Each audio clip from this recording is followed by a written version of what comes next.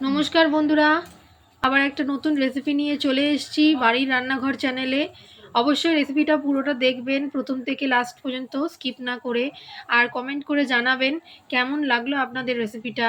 আর শীত পড়ে গেছে, এখন একটু খেতে ইচ্ছা যায় ভালো মন্দ, সবসময় কিনে তো খাওয়া যায় না, তাই ঘরেই রান্না করে যতটা খাওয়া যায় ততটাই ভালো। তো আজকে আমি বানাবো হচ্ছে মাটন কিমা দিয়ে রোল, মানে মাটন রোল। তো আমি এরকমভাবে পেঁয়াজটা টমেটোটা কুচি কুচি করে কেটে নেবো, আর মাটনটা ম্যারিনেট করে রেখে দেবো এখন। আর ঘন্টাখানেক পর মাটনটাকে কষবো, তখন আপনাদের দেখাবো। আর একটা ম্যারিনেট করে নিই। এই পেঁয়াজ টমেটো দেওয়া হয়ে গেছে, এরপরে আমি মাটন কিমাটাকে এর মধ্যে দিয়ে দেবো। কিমাটাকে দিয়ে দিচ্ছি, ভালো করে ধুয়ে রেখেছিলাম মাটন কিমাটাকে, গরম জলে ধুয়ে নিয়েছি আমি মাটনটাকে।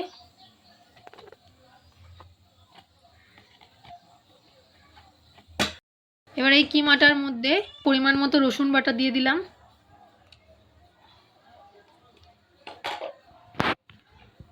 পরিমাণ মতো আদা বাটা। মাটনের রান্নায় কিন্তু আদা বাটাটাই বেশি লাগে রসুনের তুলনায়, চিকেনে কিন্তু ঠিক তার অপোজিটটা, রসুন বাটাটা বেশি লাগে, তাই আদা বাটাটাই বেশি করে দিলাম। এবার আমি এর মধ্যে একে একে লঙ্কা গুঁড়ো, হলুদ গুঁড়ো, জিরে গুঁড়ো, ধনে গুঁড়ো, লঙ্কা গুঁড়ো অ্যাড করে দিলাম।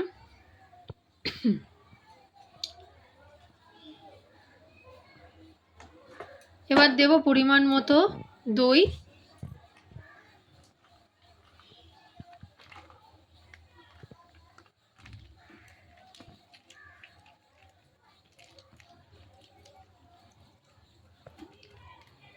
দেবো সর্ষের তেল, দিয়ে ভালো করে আমি মাটনটাকে ম্যারিনেট করে রেখে দেবো।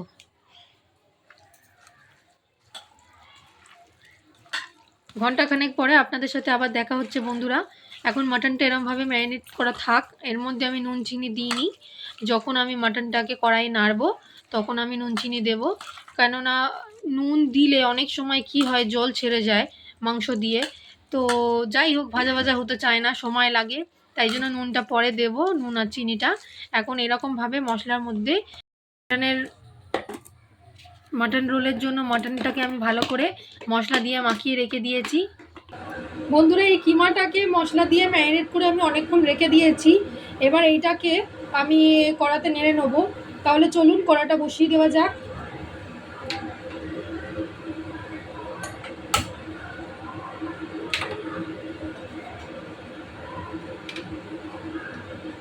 দিয়ে দেবো সর্ষের তেল পরিমাণ মতো। ম্যারিনেট করার সময় আমি তেল দিয়েছিলাম, তাই এখানে আমি অল্প পরিমাণে তেলটা দিচ্ছি।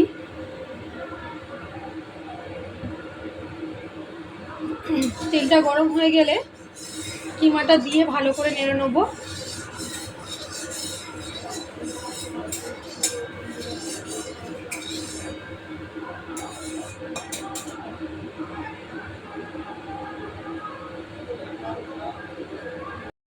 তেলটা আমার গরম হয়ে গেছে বন্ধুরা। এবার আমি এর মধ্যে এই ম্যারিনেট করা কিমাটা ঢেলে নেব।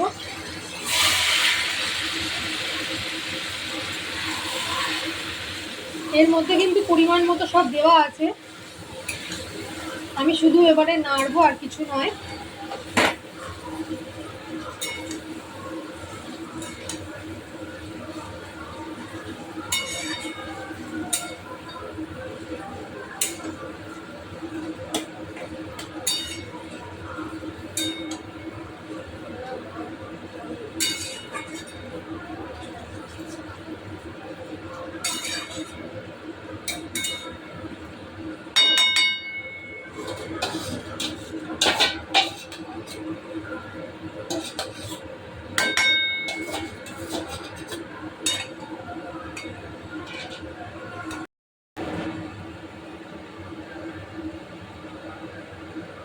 এই যে বন্ধুরা, কিমাটা নাড়ছি এখনো।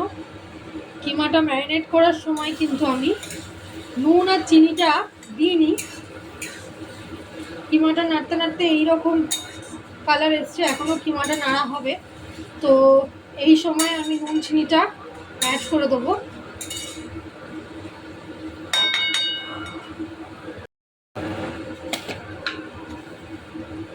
পরিমাণ মতো নুন,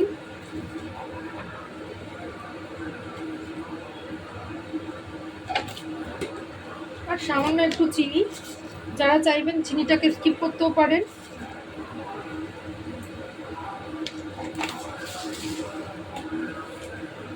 মাটনটা যেহেতু মাটনের কিমাটা যেহেতু অনেকক্ষণ ধরে ম্যারিনেট করা ছিল, তাই মাটন কিমাটা কিন্তু এরকম নাড়তে নাড়তেই ভালো করে সিদ্ধ হয়ে যাবে। আলাদা করে প্রেসার কুকারে দেওয়ার দরকার হবে না। আর যাদের খুব তাড়াহুড়ো থাকবে তারা কিন্তু মাটন কিমাটাকে প্রথমে একটু নুন আর হলুদ দিয়ে প্রেসার কুকারে সিটি মেরে 2-3টে সিটি মেরে তারপরে ম্যারিনেট করে এরকমভাবে নাড়বেন, তাহলে দেখবেন খুব সুন্দর মাটনটা সিদ্ধ হয়ে যাবে। আমার মাটনটা প্রায় 3-4 ঘন্টা ম্যারিনেট করে ফ্রিজে রাখা ছিল, তারপরে আমি কিমাটা করছি। এখনো মাটন কিমাটা নাড়া হবে, হালকা আছে কিন্তু নাড়তে হবে। আমি ময়দাটা মেখে নিচ্ছি। ময়দা নিয়ে নিয়েছি, এর মধ্যে দেব সুজি আর একটু দই। দই দিয়ে সুজি দিয়ে ভালো করে মেখে নেব। নুন দেব, ময়ম দেব, আর একটু সামান্য চিনি দেব, আর গরম জলে ময়দাটা আমি মাখবো। কিমাটা ভালো করে আমার কষানো হয়ে গেছে। এবার এর মধ্যে আমি একটা মশলা দিয়ে দেবো, যেটা আমি ঘরে করে রাখি, আমার ঘরে গুঁড়ো করা গরম মশলা।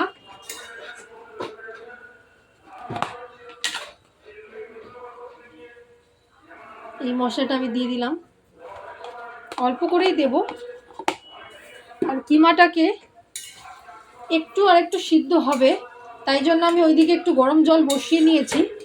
একটু গরম জল এতে দিয়ে দেবো, দিয়ে হালকা আছে কিমাটা আস্তে আস্তে পুরো জলটা টেনে যাবে আর সিদ্ধও হয়ে যাবে ভালোভাবে। আমি একটু গরম জল এতে দিয়ে দেবো। এই যে অল্প একটু পরিমাণে গরম জল আমি অ্যাড করে দিলাম। জলটা কিন্তু পুরোটা মারাতে হবে, যেরকম কিমাটা আমি কষা কষা করেছিলাম সেরকম করতে হবে।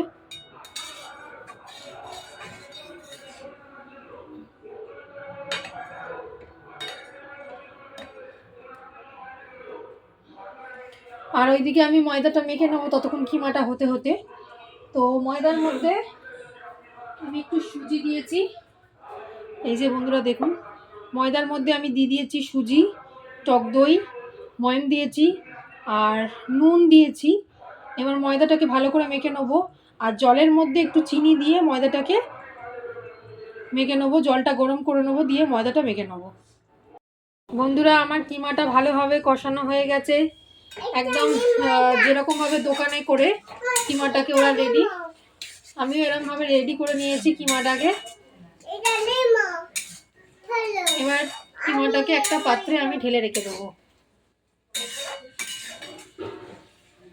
বন্ধুরা আমি রোলের জন্য বেলে নিয়েছি, এটা আলতো আলতো করে হালকা আঁচে আমি ভেজে নেব।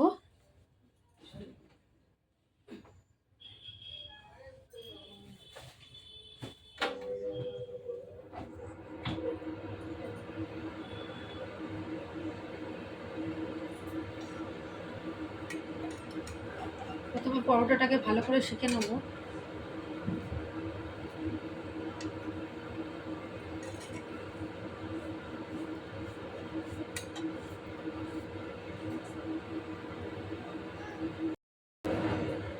এই দেখুন বন্ধুরা কত সুন্দর ময়দাটা মাখা হয়েছে, একদম রুটির মতো ফুলে যাচ্ছে।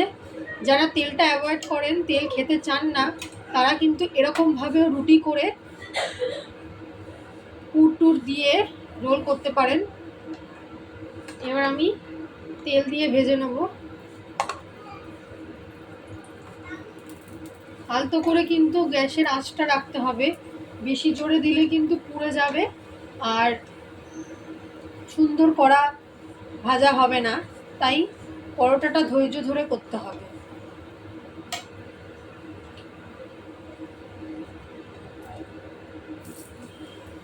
দেখুন বন্ধুরা কত সুন্দর পরোটাটা ভাজা হয়ে গেছে আমার এক পিঠ, আর একটা সাইড আমি ভালো করে ভেজে নেব।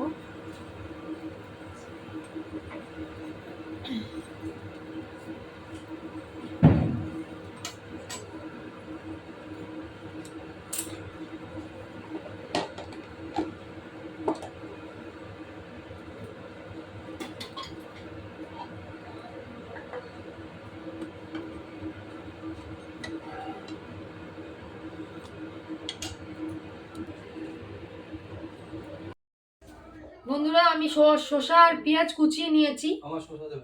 আর শসা যারা খেতে চাইবে না তাদের শুধু পেঁয়াজ কুচিও দিতে পারে, আবার যারা পেঁয়াজ কুচি খেতে চায় না তাদের শুধু শসা দেবেন। আর এইদিকে আমি পরোটাটাকে ভালো করে ভেজে নিয়েছি, একদম দোকানের মতো দেখতে হয়েছে, খেতেও দোকানের মতোই হবে। এবার এই কিমাটাকে সুন্দর করে সাজিয়ে নেব।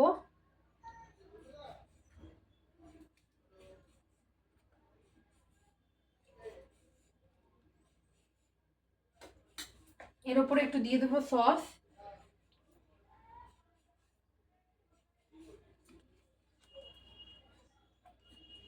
আর দিয়ে দেবো একটু মেয়োনিজ।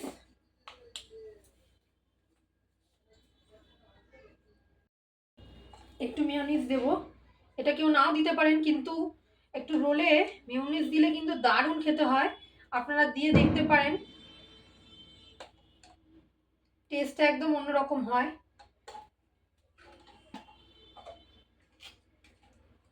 আর দিয়ে দেবো একটু শসা কুচি, পেঁয়াজ কুচি,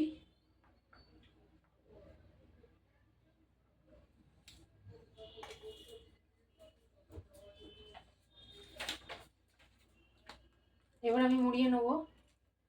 বন্ধুরা দেখুন, পরোটাটা কিন্তু দোকানের মতোই হয়েছে, একদম কড়মড়ে, দেখলেই বুঝতে পারবেন।